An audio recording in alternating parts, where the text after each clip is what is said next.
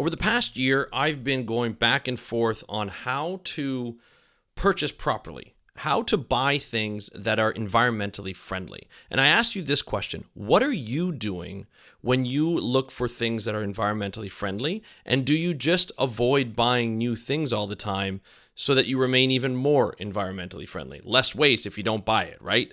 That's what we're going to talk about on today's episode of the How to Protect the Ocean podcast. Let's start the show. Hey everybody, welcome back to another exciting episode of the How to Protect the Ocean podcast. I'm your host, Andrew Lewin. This is the podcast where you find out what's happening with the ocean, how you can speak up for the ocean, and what you can do to live for a better ocean by taking action. And on today's episode, we're going to be talking about something a little different. It's a little bit of a rant that I have, I guess, or maybe just a question, because I need your help. I struggle every day with the amount of things that I consume. You know, from the things that I purchase to the things that I eat to the things that I do. I try and live a life where I have the least amount of impact on the planet, but it's difficult. It's difficult to lead that life, right? I preach on this podcast, we should be living for a better ocean. It's in the title, right? It's in the tagline. But it's difficult to live for a better ocean when you really know what you need to do. And one of those things that I know that we need to do is that I need to use less. I need to buy less. I need to buy more smarter. But is it better just to buy less? And I feel like that's a very different thing, right? There's a lot of people who are like, oh, we shouldn't consume this. We shouldn't consume that. And I understand that. But I often struggle with whether I should, when I have to purchase something, do I purchase it? Is this something that I really need to purchase? And I feel as though the last few months, I've been really looking at, almost like a column. When you try and make a decision, you have the pros and the cons. I look at this decision, I'm like, what's the pro and what's the cons? It's like, do I need to buy or should I not? It's like, to buy or not to buy. That really is the question. I look online and I see social media all the time. I'm always on social media. I'm always checking things out. I'm always scrolling. I'm always seeing what other people are doing. I'm trying to comment, support other people and look at what they're doing and just sometimes get a little envious. Be like, oh, they're really doing some cool things. I'm going to do some cool things. I guess that's social media right now. But every time I look at them, I'm like, oh, wow, I see creators that are not necessarily like in the sustainability thing. Sort of industry, but I look at creators who are like, look at this I just bought, or this company sent me this, or this company sent me that, and this and that. And there are a lot more companies that will send influencers or creators specific items so that they wear it and they show it off. It's like marketing, right? It's the creator economy that we're in. I'm a creator. I'm a digital creator. I create podcasts. I create YouTube videos. That's what I create. By the way, the links to the YouTube videos are in the show notes. That's what I create. I pass on information. And I'm just like, okay, this works. Like I can do information. Information is where I lie in. But then I have to buy things. I have to clothe myself. I can't just go around in raggedy clothes all the time because then people start looking at me funny. There's a society that we live in and it requires clothes, and eventually you have to buy new clothes. So for me, as a straight white male, a dad, I buy clothes every 5 to 10 years, to be honest. That's what I do. Unless a shirt rips or something, gets really stained, I try not to buy clothes. I don't buy it on a regular basis. If I see something in the mall or if I see something online, I don't buy it from a clothes perspective because I don't need it. And I don't really necessarily have to buy something all the time. That's fine. I'm good with that. If I have to buy something, I try and look at, if I have to buy clothes, I try and look at sustainable clothing, but they're so expensive. So expensive. I bought 3 t-shirts for $90. That's expensive. I guess it's not terribly expensive, but it's expensive. And you know what they did? They shrunk in the wash, and now they're small. And now I spent $90 on 3 t-shirts, which I really like, but now they're too small for me. And if they feel tight, I feel uncomfortable, and I had to go out and buy new clothes, new shirts. And I bought them for cheaper because they didn't shrink as much. But they're probably not the best clothing, right? They're probably not made from organic cotton. And maybe that was my bad. I should have looked at the label and maybe not put it in the dryer. Totally get that. But I spent $90 on that. And that's something I didn't want to spend $90 on. And I know things are more expensive these days, so I'm not trying to bash the sustainability line of clothes and stuff like that. I'm not trying to bash that. But I just can't afford to spend $90 and then all of a sudden it shrink on me. Now I'm just like, I wear it around the house, when I'm doing house projects or something like that, because I can wear it there. I still don't feel comfortable wearing it, but I wear them regardless. But that's not the point. Like, that's just part of the problem. I have a Yeti. I use that everywhere I go, right? I get gifted Yetis. As a coach, you get gifted things at the end of the year, which is nice. I say I don't need anything. They gift.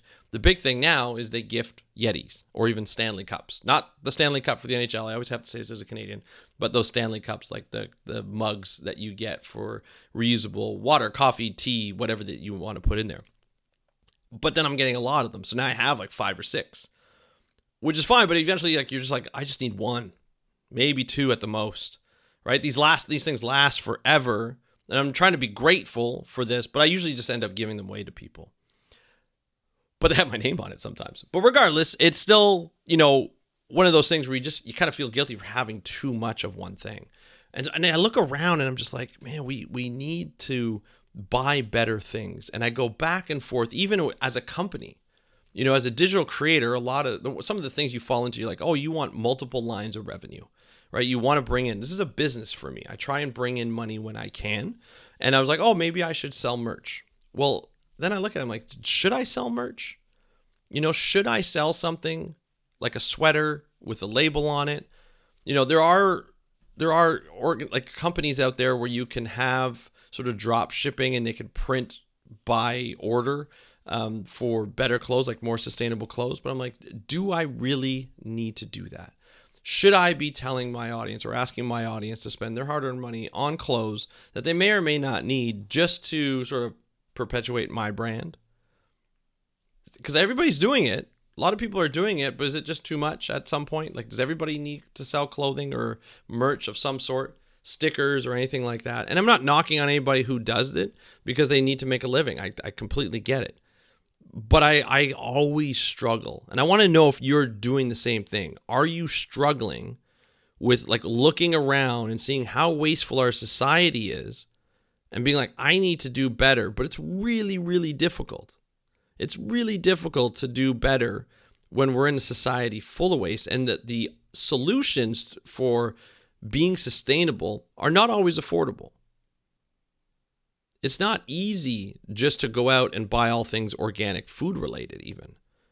And if they're even organic, we don't even know, right? It's not easy to go out and buy, solar panels or, geothermal, to heat your home.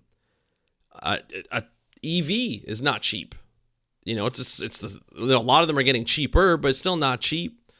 And so there's a lot of problems with the way that we're buying, and I always struggle to buy or not to buy. Should I just buy reused clothing? Is that the solution? Sure, that's one of the solutions. But it's like, I'm buying more. Is this what I really need?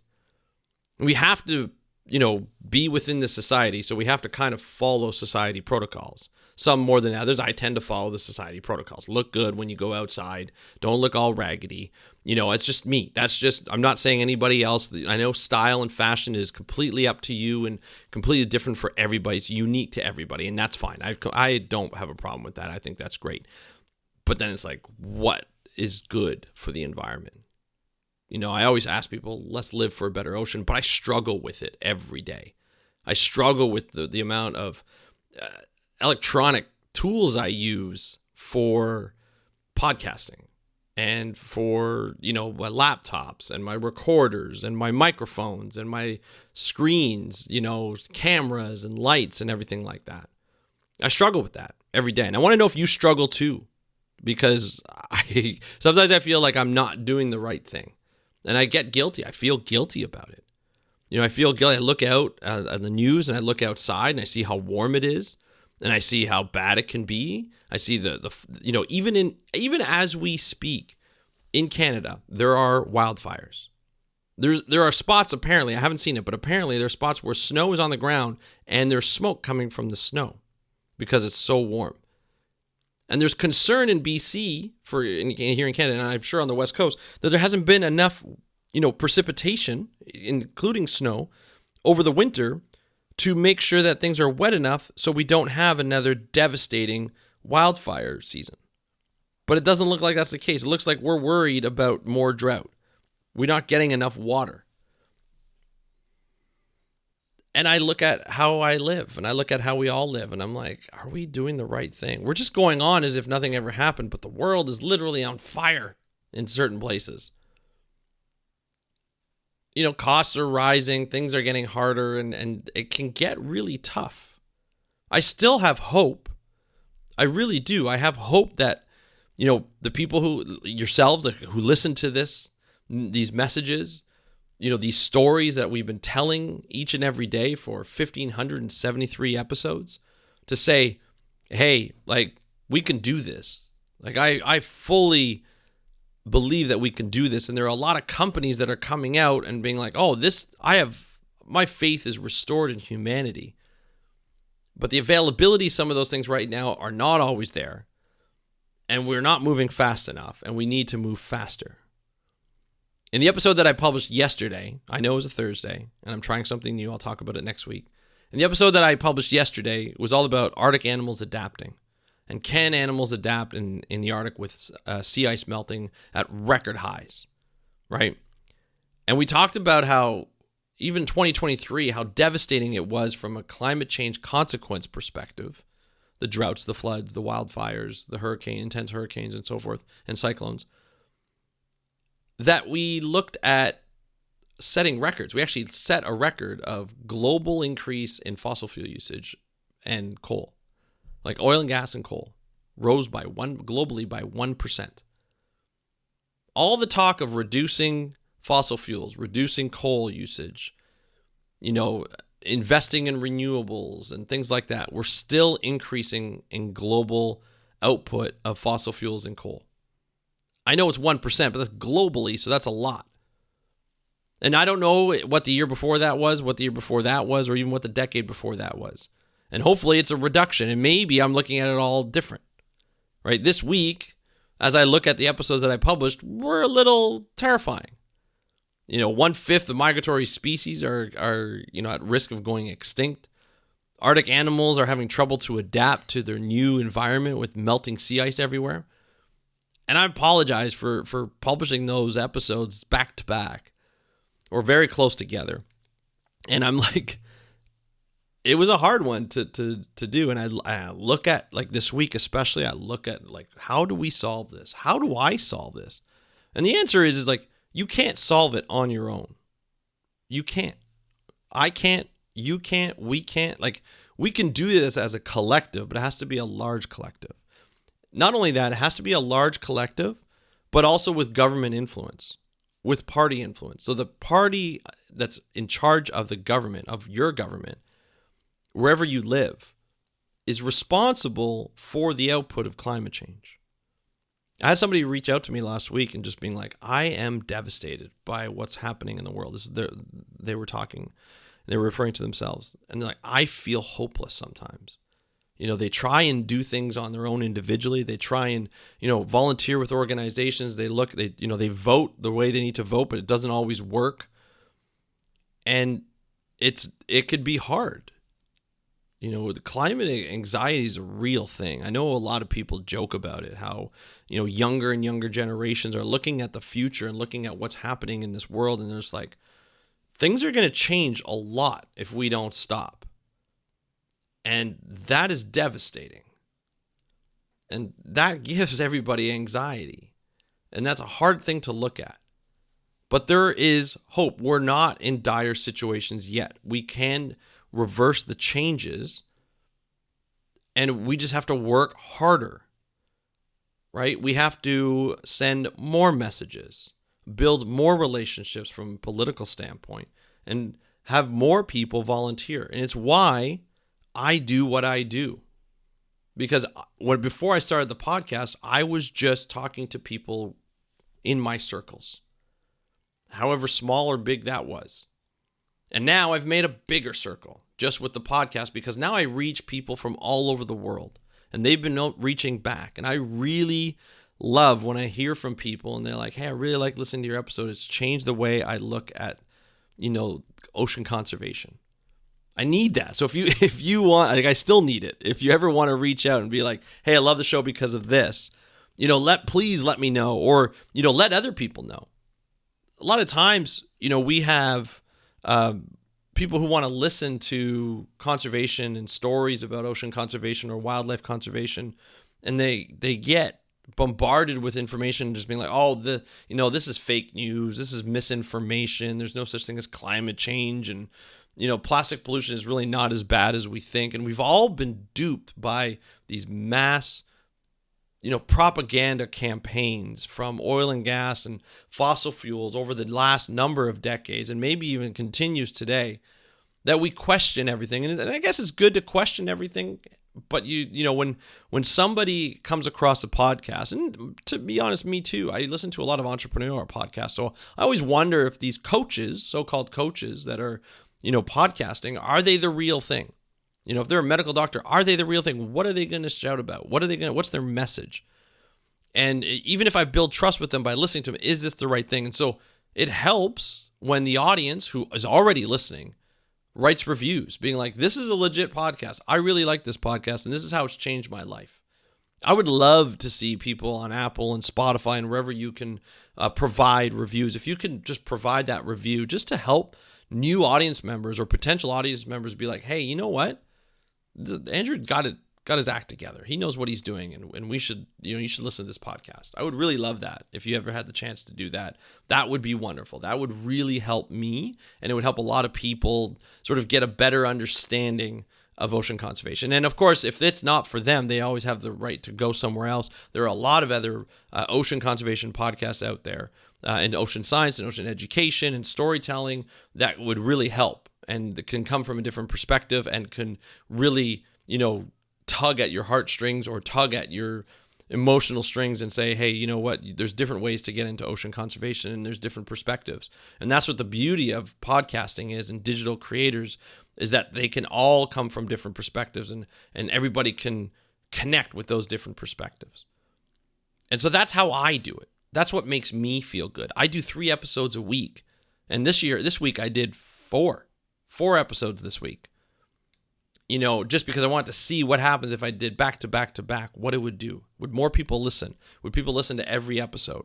Always trying to see. I do this, but I don't have to. I enjoy it. I do this because I enjoy it. And that's the best feeling ever. This week, even though the messages weren't the greatest, I wanted to get it out there. There's so much news out there that I wanted to get it out. I did 2 videos and 4 audio podcasts, and I was like, boom, I feel good to get it out there.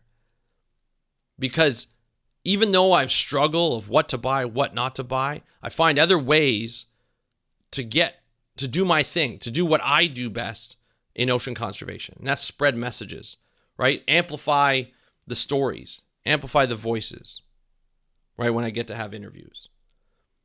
And so that's what I do.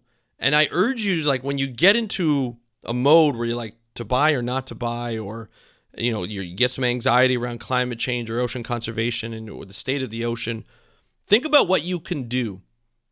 And does that make you happy? What can you do for the planet? And will that make you happy? Picking up your phone and going on TikTok or Instagram and talking about it might make you happy. Or buying something or trying something new that's sustainable, and then telling people your experience with it. Having a conversation with the company, because a lot of those companies are startups and they're small, or even just having conversations with other people like, hey, you know what? I bought this sweater, and it's really comfortable. It's sustainable. It's organic cotton. And it's really cool. And I know it's not the best for the environment, but it's something that's better than what we see out there. And I really like it. And this is my experience with it. Help people out. Help your neighbor out. Help your community out. Help your circle out to say, hey, you know what? This is what I'm doing. And I want to help you do the same thing. And whether it's to buy a sweater, whether it's to start a podcast, whether it's to pick up your phone, say a message, whether it's to join an organization or work in marine conservation, do what you can do and what makes you happy. And that will make you feel better about your effort. And then when you have to struggle with other things, you can say, hey, okay, I'm struggling with this. I'm having a little tough. This is my happy place. I'm going to be in my happy place. My happy place is behind this microphone, behind a camera, and saying something different. And that's what I love to do. And that helps me get over the question of to buy or not to buy. It makes me think about it a little bit easier. Some days I'm like, yeah, I need to buy something. Some days I'm like, no, you know what? I really need to think about this because do I really need this other microphone? Do I really need another pair of shoes just because they match my clothes better? I think it's something that you just have to look at, and you just have to kind of look inwards and be like, this is what I need to do. By the way, those are my thoughts. I would love to hear how you get over sort of climate anxiety, ocean conservation anxiety. Please let me know. Hit me up on Instagram at How to Protect the Ocean, or you can go to speakupforblue.com/contact, and you can hit me up there. If you want to see the videos that I've been producing, you can go speakupforblue.com/YouTube. And that's it for today's episode. Thank you so much for joining me on this episode of the How to Protect the Ocean podcast. Have a great day. We'll talk to you next time, and happy conservation.